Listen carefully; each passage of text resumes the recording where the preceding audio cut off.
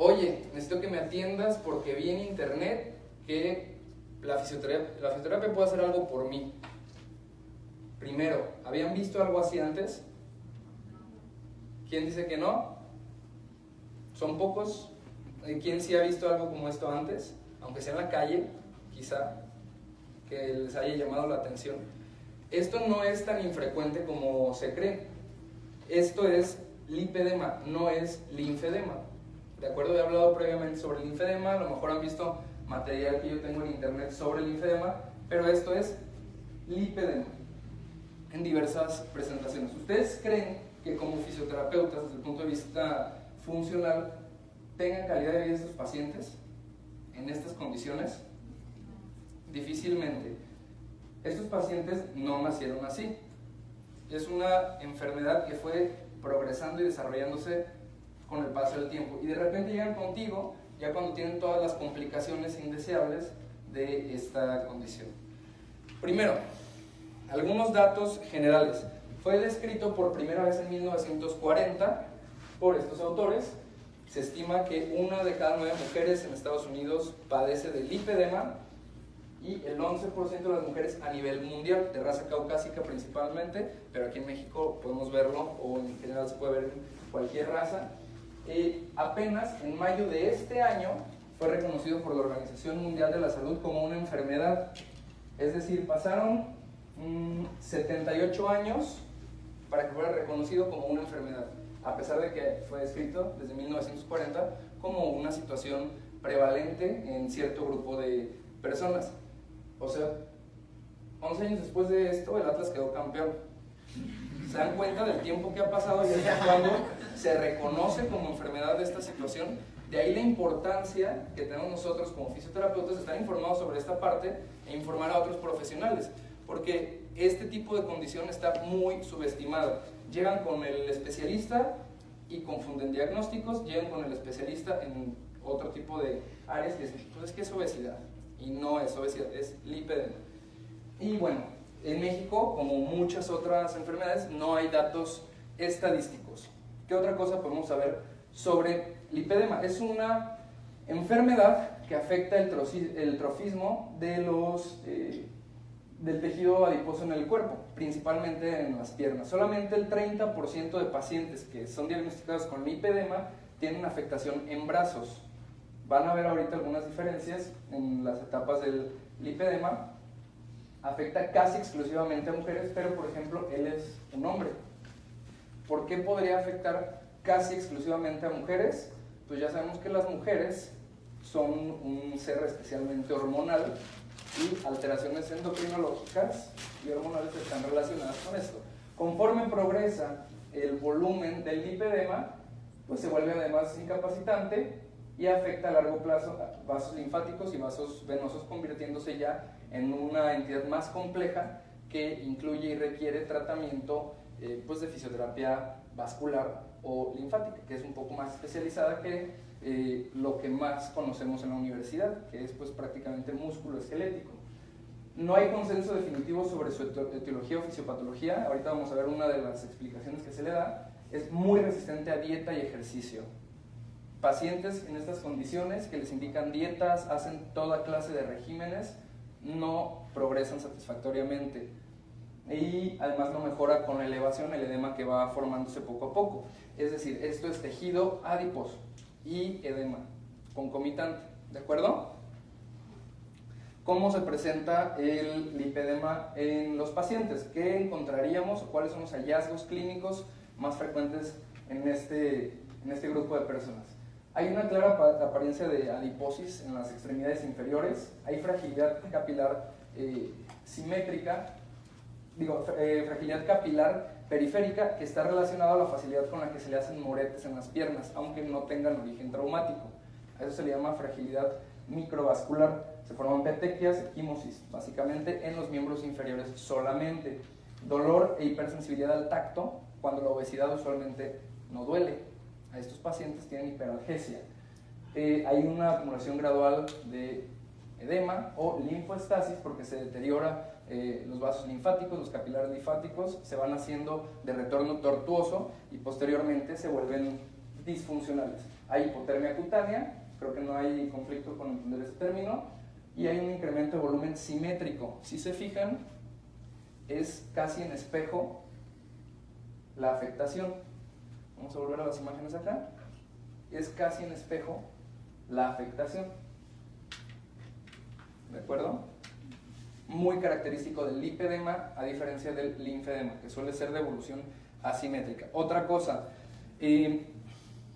no hay signo de Stemmer y Godet. ¿Saben cuáles son esos signos de Stemmer y Godet? ¿Sí saben? ¿Quién dijo que sabe? ¿Quién dijo que sabe? Ah, ya no sabe nadie. Bueno, ¿saben lo que es un Godet? Bueno, el signo de Godet, dejas un hoyito en la extremidad del paciente, quiere decir que hay un edema con fovea o un edema rico en agua, ¿de acuerdo? Casi siempre son de origen venoso, no son edemas duros o proteicos.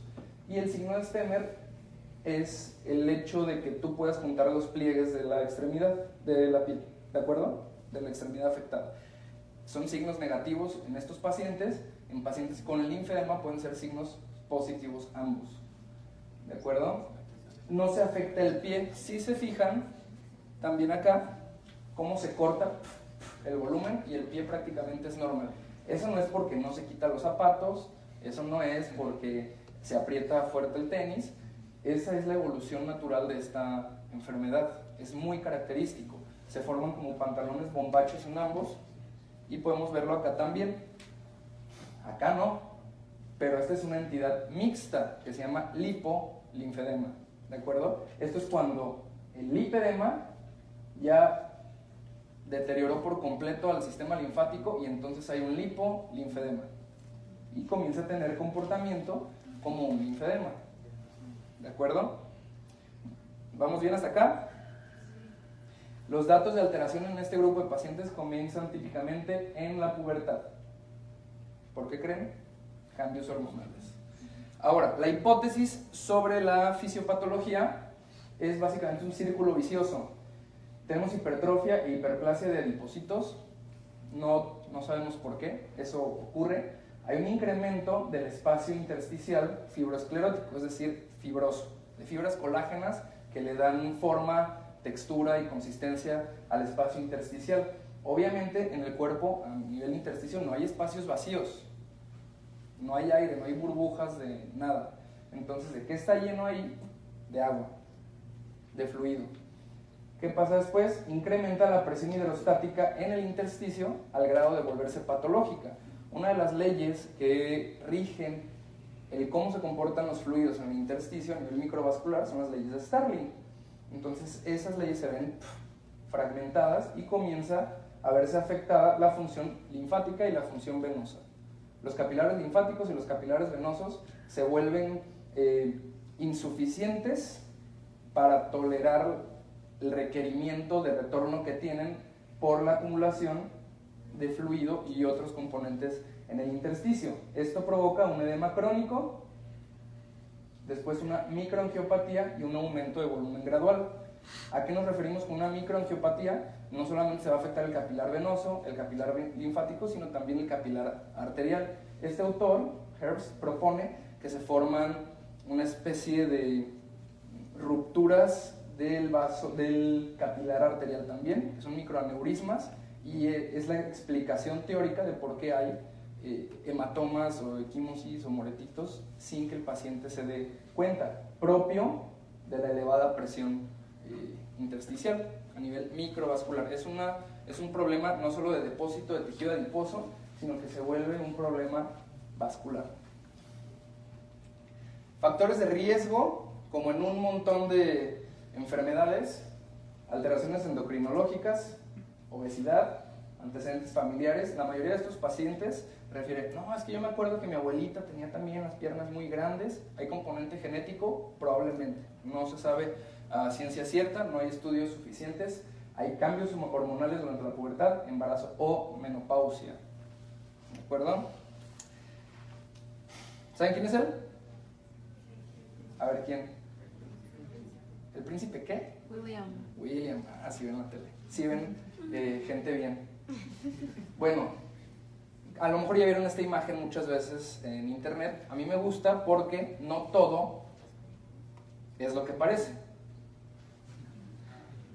¿Cuáles serían los diagnósticos diferenciales o las entidades que habríamos que identificar para saber que se trata del lipedema y no de otra cosa? No vamos a explicar cómo se hace el diagnóstico diferencial, pero podríamos sospechar linfedema primario, obesidad o flevedema. El flevedema es un edema crónico de origen venoso, por insuficiencia venosa crónica profunda.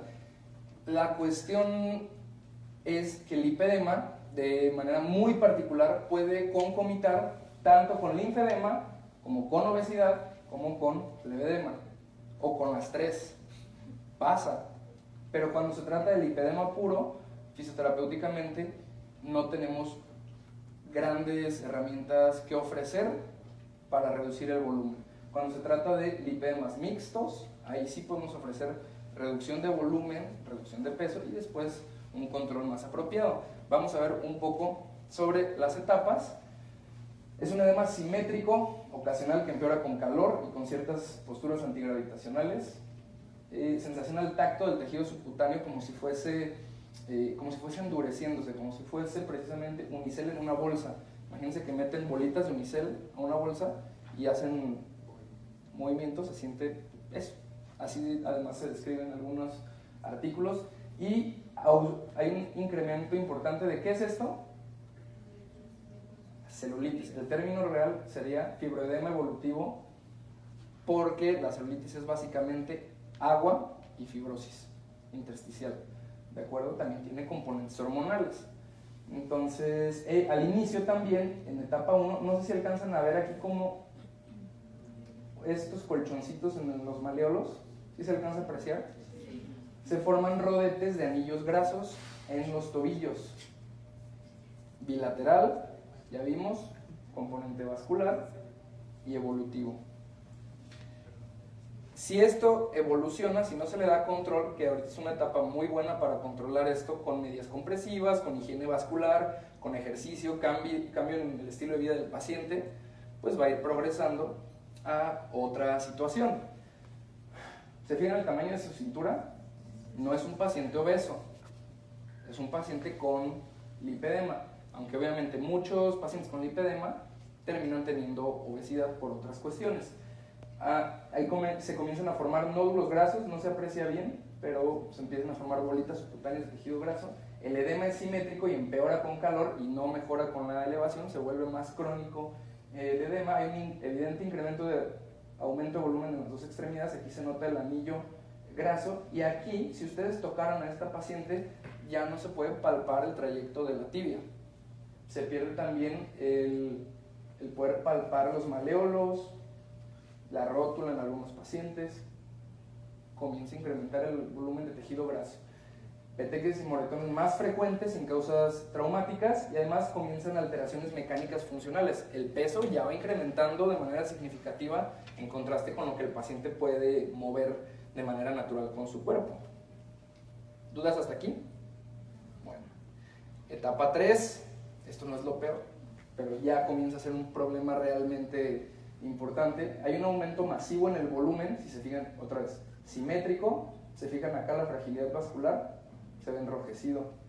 Hay un edema crónico que empeora, hay disfunciones mecánicas y dependencia. A estas alturas el paciente ya necesita silla de ruedas, ya necesita que le ayuden a asearse y hasta desplazarse a mínimas distancias.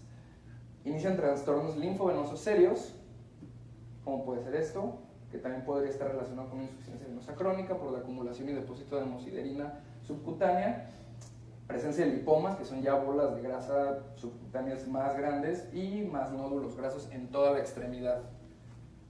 Ahora, si esta paciente deja de moverse, ¿qué va a pasar con su circulación a nivel venoso? Pues va a empeorar. ¿Y qué va a pasar después?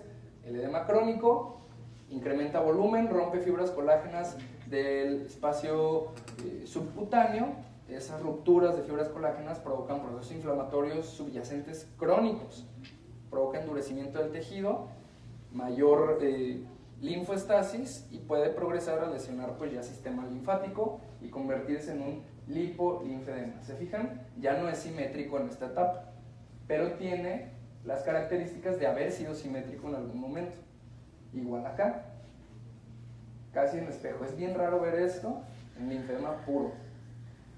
todo lo anterior, todo lo que vimos en la etapa anterior, pero aquí la piel se empieza a engrosar, ya es paquidérmica, hay un edema pues variado, puede estar con o sin fobia, fibrótico, hay una asimetría asociada al comportamiento propio del linfedema, pliegues masivos, obviamente el paciente además ya no se puede asear apropiadamente y eso es factor de riesgo para infecciones frecuentes en la piel como erisipela o celulitis, que después pueden volverse linfangitis crónicas y provocar otro tipo de problemas. Alteraciones dermatológicas son frecuentes también, porque la piel al perder su capacidad nutricia, su capacidad defensiva, pues se vuelve susceptible, se generan úlceras, fístulas, quistes, linforrea, que es el exudado de fluido a través de la piel.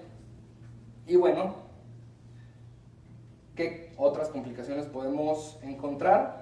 Pues hay un aumento de volumen a grados incapacitantes, artrosis y lesiones musculoesqueléticas en general, articulares principalmente, dermatitis, erisipela, infecciones fúngicas, sobre todo en la región de los pliegues, que ya los pacientes dejan de asearse o tienen dificultades para asearse, sarcopenia por la falta de actividad del paciente. El paciente que está confinado a una silla o a una cama va a tener pérdida del tejido muscular y pues con eso lo que conlleva, ¿no? Funcionalmente. El deterioro psicológico es muy grande en estos pacientes porque hay pérdida del esquema corporal.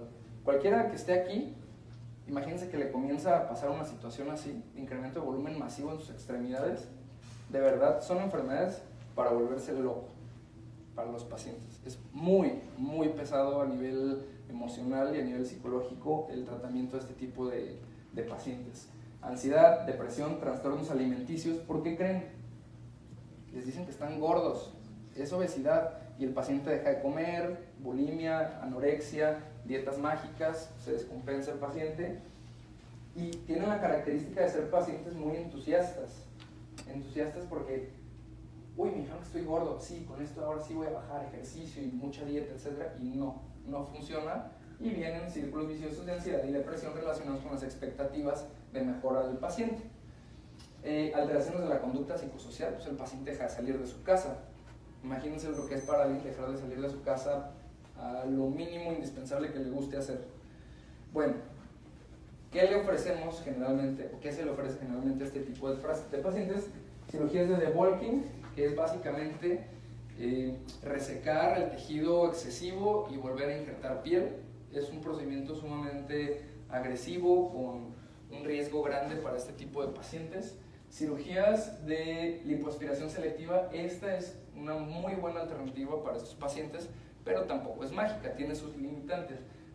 Para realizar este tipo de cirugía, que se realiza en Barcelona, el doctor Jaume Macià, también lo pueden seguir ahí en Facebook, tienen buenos resultados con este tipo de procedimiento, pero lo que hacen es mapear el sistema linfático del paciente.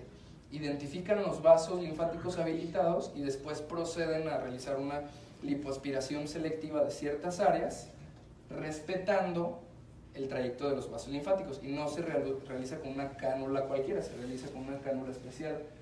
Por eso no se realiza en todos los lugares. Independientemente de esto, el paciente sigue necesitando fisioterapia descongestiva antes y después. Hay que tratar la linfoestasis del paciente, ¿de acuerdo? Ahora, a lo que nos compete como fisioterapeutas, ¿cuál sería el objetivo del fisioterapeuta en este paciente o en este grupo de pacientes? Sería la normalización del volumen del edema y controlarlo de por vida, ¿de acuerdo? O prevenir su aparición si son estadios tempranos y el paciente es joven. Además, es vital identificar este tipo de pacientes a tiempo antes de que lleguen a tener las complicaciones indeseables que vimos anteriormente. Educación que favorezca el manejo del dolor crónico, sobre todo porque son muy sensibles a la presión, al tacto y a la presión. No exageren. Agarras al paciente y le haces ¡pum! ¡Ah!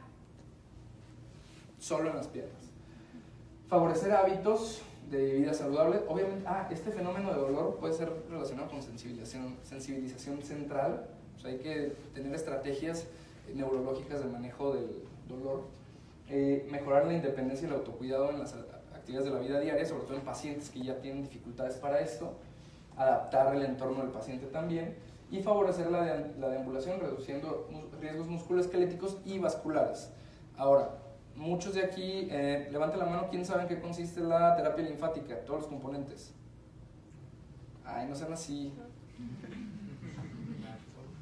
Todos saben, nadie sabe. Bueno, la terapia linfática tiene 4 ejes fundamentales que son el cuidado de la piel, los ejercicios descongestivos, la terapia compresiva y el drenaje linfático manual. En cuanto a métodos relacionados a drenaje linfático manual, yo no estoy casado con ninguno. Creo que cada método realmente tiene algo bueno que aportar, dadas ciertas circunstancias de cierto grupo de pacientes o la clínica que tu paciente está presentando, y pues habría que enriquecer el conocimiento práctico del drenaje linfático manual para ver cómo adaptarlo al caso específico de cada individuo que estamos atendiendo. Diversos métodos, se obtienen diversos resultados. Vendaje, terapia compresiva, ¿qué tenemos por acá? Vendajes de largo y corto estiraje, vendas especiales de espuma de poliuretano, materiales inelásticos o elásticos, kits o prendas especiales que ya fabrican o se fabrican a la medida en diferentes sitios del país, que tienen el objetivo pues, de reducir propiamente el edema y de mantener los resultados que vamos obteniendo con el paciente. Para mí el pilar número 1 es la terapia compresiva, ¿de acuerdo? Coadyuvantes, movilización pasiva propio del método Godoy, y en lipedema la presoterapia secuencial intermitente no funciona. Un estudio de 2008 ya lo demostró, realizado por Sonolki, que por ahí lo tengo citado, no funciona como coadyuvante de la terapia linfática en pacientes con linfedema para reducir volumen. No tiene efectos secundarios en los pacientes, pero no sirve.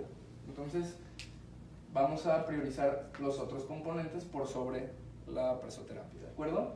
Aseo de miembros, porque la higiene de la piel y de las uñas es súper importante en estos pacientes, al volverse susceptibles a ciertas infecciones, sobre todo en etapas muy avanzadas donde ya hay lipolinfedema.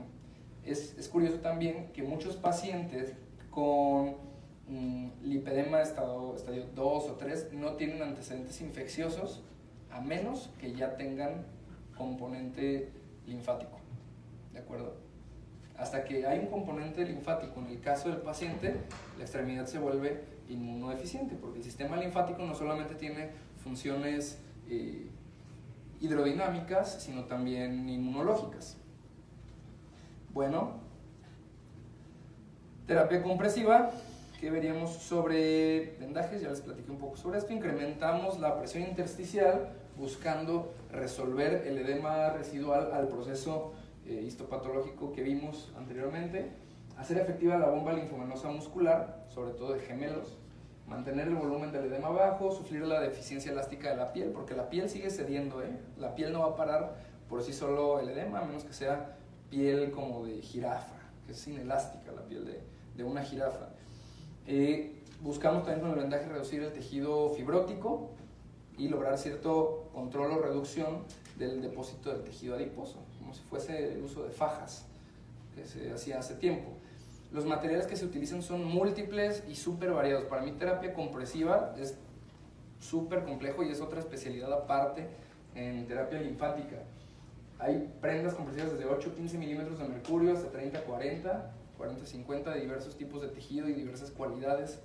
Hay prendas hechas a la medida, hay varias marcas, entonces habría que ver qué necesita el paciente para poder elegir una terapia compresiva apropiada.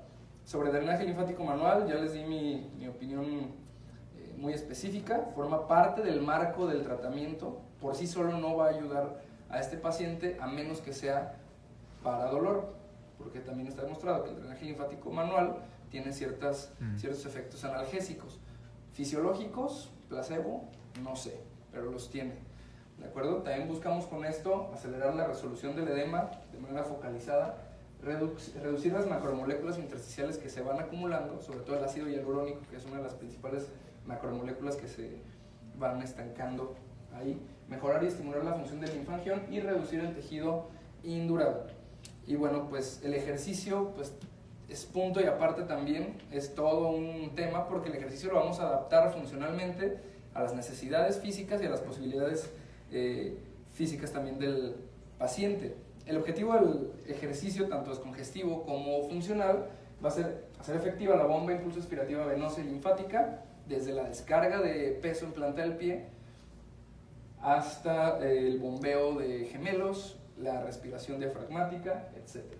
Estimular el sistema linfático y venoso profundo, que esto solo se logra con la respiración, el movimiento articular y la contracción muscular. Facilitar el retorno venoso y linfático con ciertas características o condiciones de las que se realiza, con las que se realiza el ejercicio, por ejemplo, posiciones antigravitacionales adaptadas a la posibilidad del paciente, e inducir al paciente a adoptar una actividad física como parte de su vida diaria.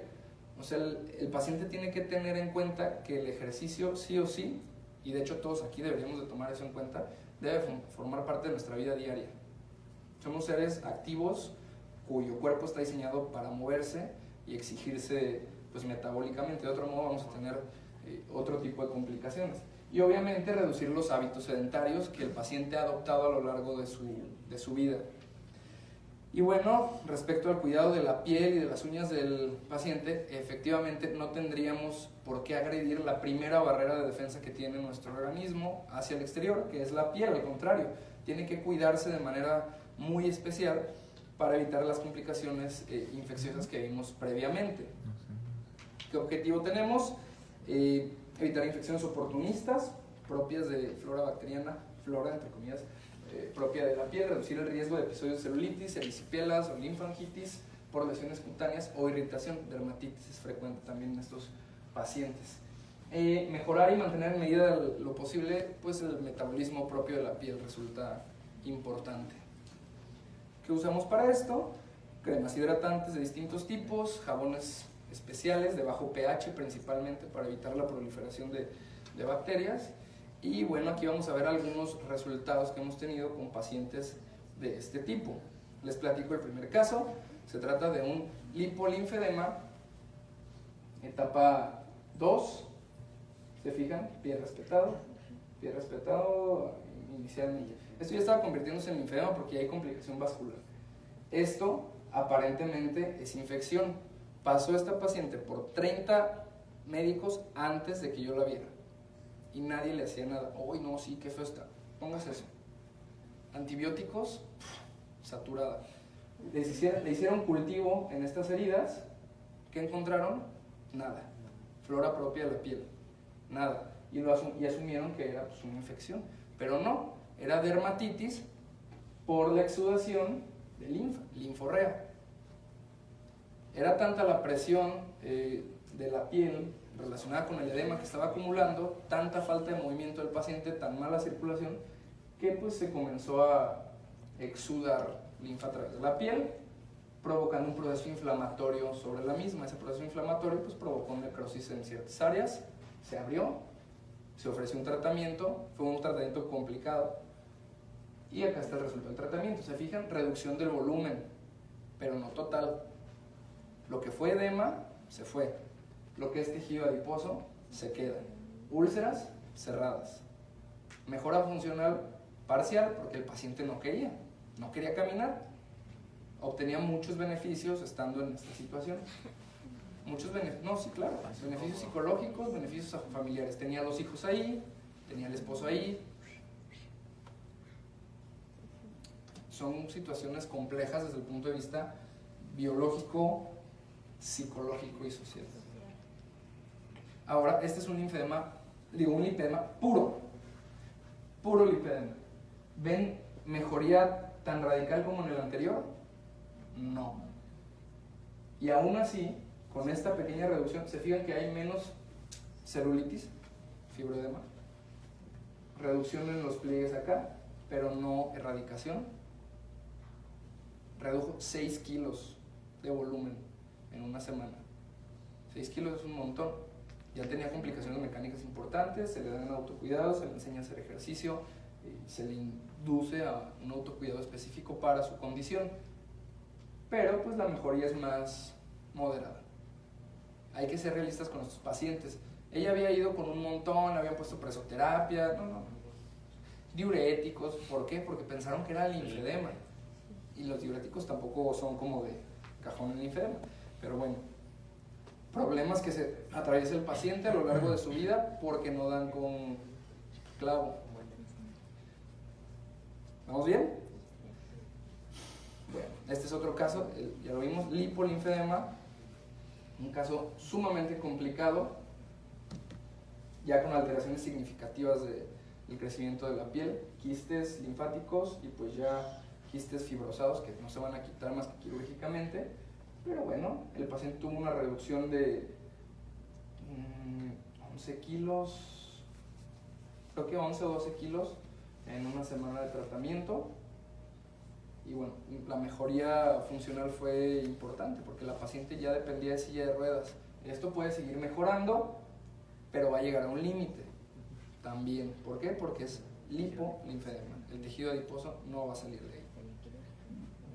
¿Dudas? Y este paciente pues lo sigo atendiendo actualmente en la clínica. Por ahí a lo mejor en Instagram vieron imágenes de la evolución. Esto es el lunes antepasado. Y esto es el viernes pasado, ¿de acuerdo? Lipolinfedema. Esta paciente tenía 3 años sin utilizar un calzado ya. Tenía, no tengo imágenes, bueno, ya callo en región posterior del muslo, a nivel de la mitad de los isquiotibiales, por estar sentada todo el día. Callo. Imagínense para formar callo en esa zona. Separaba tan poco esta paciente que se le comenzó a edematizar la planta del pie. Es rarísimo que eso suceda. La planta del pie. Imagínense lo que es eso. Pero pues es un cambio de vida muy grande ya llegar a estas alturas y pues ya ahí en las redes podrán ver cómo finaliza su tratamiento mañana. De hecho que se le hace la última valoración. Hay reducción incluso de estos quistecillos que están llenos de agua, pero pues también va a tener una evolución moderada. Va a llegar a un punto en el que no va a reducir más, ¿de acuerdo? Eso es lipolinfedema. ¿Etapa qué? 4. 4, porque ya hay afectación linfática. Y obviamente a esta paciente, previo a su tratamiento, se le solicita una valoración angiológica para descartar riesgo vascular relacionado con trombosis venosa profunda aguda, si hay una crónica que la traten, si hay alguna insuficiencia venosa crónica de sistema venoso profundo, pues también que le den tratamiento o abordaje vascular, tener insuficiencia venosa eventualmente, ya por la cantidad de tortuosidad que había en el retorno. Y bueno, pues hasta aquí sería todo sobre el lipedema. Es un tema muy amplio y traté como de reducir y condensar lo más posible y hacerlo visual. ¿Tienen alguna duda? Sí, allá primero. Antes que nada, muchas gracias. No, al contrario. En casos de linfadenectomía, por ejemplo, ¿cómo es la reacción inflamatoria? Me refiero a que pues, ya no se va a hacer el mismo proceso de drenaje porque ya no están los ganglios, pero de todos modos hay un proceso inflamatorio. Ahí también en casos extremos, no sé si tenga que ver también como la genética o algo así, que ya haya una predisposición, sí hay como, digamos, la posibilidad o cómo se le llama, si hay esa inflamación también puede ser un linfedema o lipolinfedema o cómo se llaman esos casos que ya no está el ganglio. No, mira, lo que hay que hacer una diferencia entre edema, que es como esto que vemos en el pie, e inflamación. La inflamación es un proceso bioquímico que siempre va a estar más o menos subyacente en un paciente que se está edematizando de manera crónica y bueno, no hay mucho que hablar al respecto en cuanto a una linfadenectomía. Una linfadenectomía que genera un volumen de edema es un linfedema secundario. Linfedema secundario a linfadenectomía. Dígase linfadenectomía de ganglios axilares, ganglios inguinales, cervicales. O sea, eso es linfedema secundario. Es otra entidad distinta. Pero obviamente si tú tienes un paciente con lipedema que por muy mala suerte tiene cáncer, melanoma, ¿no? No sé, miembros inferiores, y le quitan ganglios linfáticos y le ponen radiación, pues va a ser un linfedema secundario que va a concomitar con un lipedema. Entonces es una situación concomitante. O sea, va a tener lipedema y va a tener linfedema secundario. Va a ser... ¿Utilizar también ese mismo tratamiento o un tratamiento? Sí, la terapia linfática es el gold estándar del tratamiento del linfedema y desde el punto de vista conservador es lo que fisioterapéuticamente se le puede ofrecer a un paciente de estos. Los componentes son los mismos, pero se adaptan de manera muy específica a cada caso.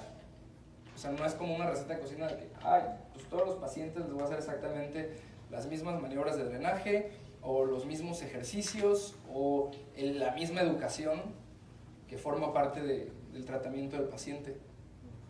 En ese aspecto, pues sí es terapia linfática lo que se hace, pero hay que adaptarla a las necesidades del paciente, tanto a la realidad física como mental, económica, familiar, la propia del clínico, o sea, las herramientas que tenga disponibles, se adapta. Pero el gold estándar del tratamiento del linfedema secundario, linfedema primario y lipedema de manera conservadora es terapia linfática, con esos componentes.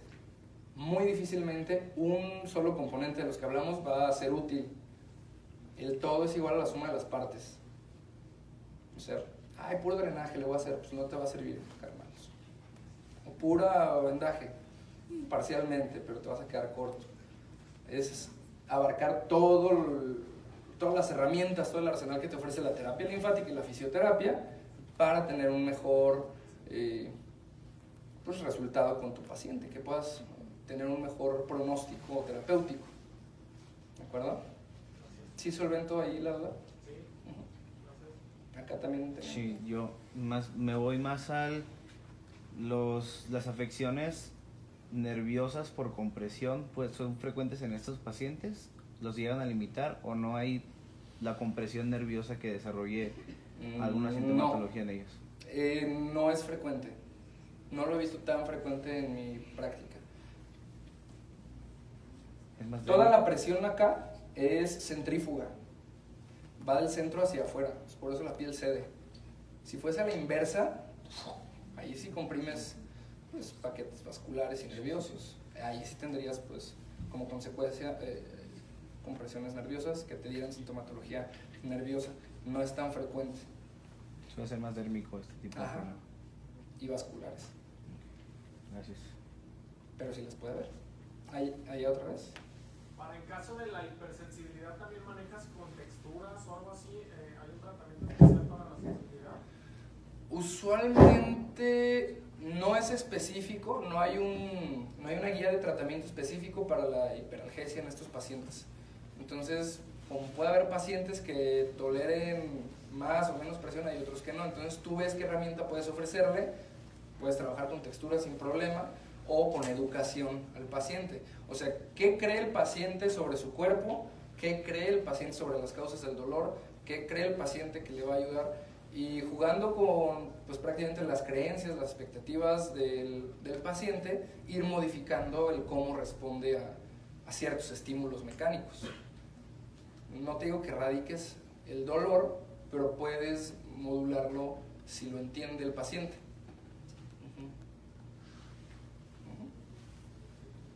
Sí. ¿Yo? No, él. Yo. Estaba dormido y ya con la mano así. Yo. ¿El tiempo de evolución entre cada etapa tiende a ser rápido o tiende a ser lento el progreso? Suele ser lento. O sea, podría ser rápido si hubiese, por ejemplo, un evento traumático que detonara pues ya un comportamiento de linfedema. Es una lesión del sistema linfático directo. Pero no, el linfedema es lento. O sea, comienza en la adolescencia y ya cuando llegan contigo, ay no, pues, peso 150 kilos, pero el 60% de ese peso, 70 está en las piernas. Es un progreso lento y a muy largo plazo. O sea, no se salta etapas. No hay un tiempo definido entre cada etapa tampoco. Varía de paciente a paciente. ¿Bien ahí? ¿Alguna otra duda? Allá. Yo una pregunta. ¿Aproximadamente cuánto es el tiempo que se le da, por ejemplo, en cuestión del hipolinfedema, como de drenaje, por cada extremidad? En casos como este, lo que menos hago yo es drenaje. a menos que lo haga de manera focalizada. ¿De acuerdo? Por unidad de tiempo, tu efecto terapéutico más fuerte va a ser la terapia compresiva y el movimiento. O sea, tú puedes invertir 2 horas en una pierna y 2 horas en la otra, pero ¿qué crees? El día tiene otras 22 horas. Y la mejoría va a ser directamente proporcional a qué tan rápido tú evacúes edema en contraste con qué tan rápido se forma. Manualmente puedes reducir de manera muy efectiva fibrosis de manera focal en estos casos, pero para reducir edema, terapia compresiva. Por eso, pues sí se vuelve una cuestión de inversión. Tú misma dijiste la palabra. ¿Qué tanto de mi tiempo vale la pena invertir en un procedimiento que va a tener mínimo efecto terapéutico o máximo efecto terapéutico? De ahí la importancia de no seguir como de manera metodológica y como receta desde mi punto de vista, por ejemplo, las maniobras de drenaje, sino utilizar o elegir la herramienta más apropiada para el caso del paciente. Por ejemplo, en esta paciente lo que trabajé de drenaje era la semana pasada 2 veces 20 minutos en cada pierna, 2 veces en toda la semana. Es poco si lo contrastas con ciertos procedimientos, pero ¿qué crees? Pasó 5 horas consecutivas en un movilizador pasivo con vendajes especiales. Tiempo, beneficio, etc. Sí. ¿Qué comprensión debe tener la prenda? Eso es una muy buena pregunta y qué bueno que lo dices. Las prendas y los vendajes deben de tener una compresión aproximada de 40 milímetros de mercurio en gradiente, que quiere decir que puede ser 40 milímetros de mercurio en la región más distal, que va reduciéndose hasta 30 milímetros de mercurio en la región más proximal, para seguir la ley hidrostática de Laplace, o puede ser una compresión uniforme en ciertas etapas, 40 milímetros de mercurio, pero en reposo. En movimiento, las prendas y los vendajes que se utilizan al ser inelásticos, hay picos de presión de hasta 80 milímetros de mercurio en ciertos vasos de gran calibre, linfáticos y venosos. En la gran vena safena superficial, por ejemplo, en la corriente linfática safena mayor, esos picos se alcanzan dentro del vaso linfático. Entonces las oscilaciones, la interfase que hay entre 40 milímetros de mercurio en reposo y 80 tiene un efecto de bombeo a nivel intersticial, y un fluido va a tender a desplazarse hacia donde menos resistencia hidrostática hay. De ahí pues la importancia también de jugar apropiadamente con la compresión de la terapia compresiva. Pero, o sea, más o menos, o sea, ¿cómo la haces? Por ejemplo, si te llega un paciente y le dices, ok, yo te voy a adaptar como que su prenda, ¿cómo checa lo de los 40 centímetros de mercurio? No hay manera de checarlo si no tienes un medidor de interfase, pero por las características de los materiales que se venden ya en las marcas Jobs, Lohmann, Rauscher, o las prendas inelásticas que fabricamos en la clínica, ya están investigadas para calcular que su máxima extensibilidad, que es de 15%, produce una presión de reposo de 40 milímetros de mercurio. Es decir, no va a ser menos de 40 milímetros de mercurio. Un vendaje multicomponente clásico en linfedema puede llegar a ser una presión de 60 milímetros de mercurio en reposo y tener esos picos oscilantes, pero se va perdiendo por las características propias de un vendaje, que se afloja con el movimiento. Entonces la idea es que sea una compresión efectiva la mayor cantidad de tiempo posible para que haya un efecto terapéutico día y noche. ¿Y cada cuándo se debe de estar cambiando esa prenda?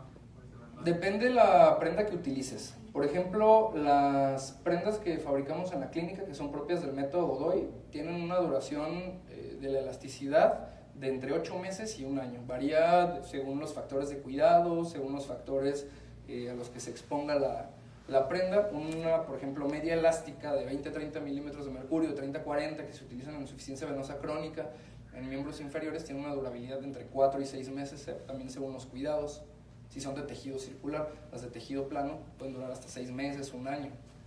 que son costuras especiales, elastano especial, te digo, es todo un tema aparte de la terapia compresiva. Gracias. De nada, allá atrás. Ahorita mencionaste la relación tiempo-beneficio. No hay bronca que tú das 2 horas y le recomiendas que utilice, digamos, las otras 22 horas o 21 horas del día la compresión con la prenda. La compresión en estos pacientes ya es de por vida la mayor parte de su tiempo. O sea, su sistema linfático, al menos el de esta persona, está dañado ya de por vida. Lo haces. Tiene un daño irreversible. Entonces siempre hay un juego de extravasación de fluidos y retorno venoso y linfático. Siempre va a estar habiendo un remanente de fluidos que no se van a estar evacuando por ese daño en el sistema venoso y linfático. Entonces la única manera de compensar tanto la función o de ayudar a la función del sistema linfático que permanece disponible y de evitar que esa extremidad vuelva a edematizarse es no dando espacio. Los cuerpos no pueden ocupar el mismo espacio. Entonces, ¿qué haces? Comprimes y manejas compresión por el resto de la vida en pacientes de estas características.